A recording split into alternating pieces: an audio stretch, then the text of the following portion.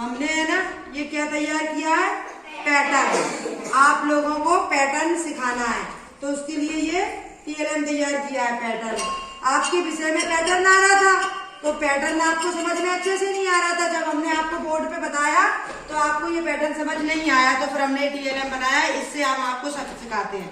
देखो ये पहले क्या है, खड़ा हुआ, और ये त्रिभुज, फिर ये आयत जैसा दिख रहा है क्या, आयत, फिर त्रिभुज, फिर आयत, फिर यहाँ क्या आएगा, त्रिभुज, इसके बाद क्या आएगा, त्रिभुज, इसी तरह फिर उसके बाद क्या आएगा, अब ये कितने व्रत हैं, दो व्रत, और ये दो क्या है,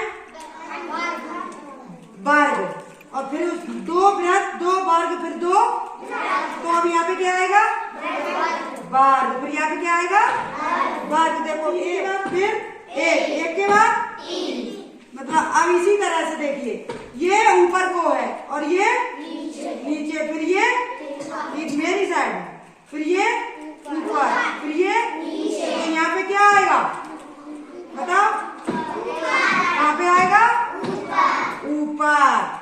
इसी तरह आपको अब ये पैटर्न आ गया अच्छे समझ में। अब देखो ये कितने बने हैं,